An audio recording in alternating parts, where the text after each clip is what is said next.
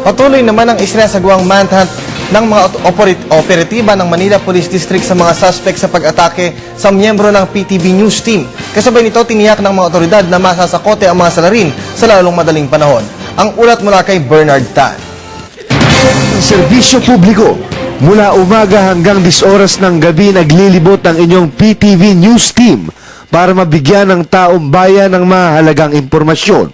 Pero sa halip na balita, kaliwat kanang suntok at sipa ang nakuha ng inyong lingkod at aking cameraman na si Dante Morada matapos mabagtripan ng isang grupo ng mga kabataan noong Huwebes ng madaling araw. Hindi pa nakontento, binigyan pa kami ng bonus na basag sa likurang salamin ng aming sasakyan matapos itong batuhin ng mga hindi nakilalang kabataan na sa tansya namin ay nasa 15 hanggang 17 taong gulang. Hindi namin malaman kung nasa impluensya ba ng droga o alak ang mga kabataang nasalubong naming tumatawid sa lugar. Kinalampag ng isa ang likod ng aming sasakyan saka binato ang aming salamin dahilan para bumaba ang aking cameraman at matapos noon sumiklab na ang pagkuyog sa amin.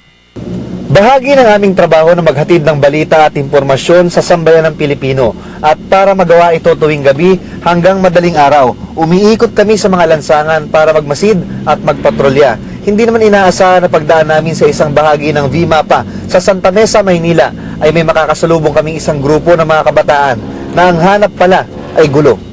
Hindi pa rin tumitigil ang Manila Police District sa kanilang ikinakasang manhunt operation sa lugar para mahuli ang mga salarin.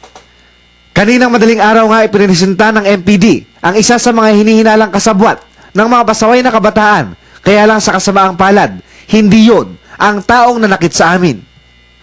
Pansamantalang tumanggi ang MPD na magbigay muna ng pahayag sa kanilang isinasagawang operasyon para hindi umano masunog ang kanilang mga susunod na hakbang. Tinitiyak naman ng mga otoridad na araw lang ang bibilangin bago mahuli ang mga may pananagutan. Para sa Telebisyon ng Bayan, Bernard Tan.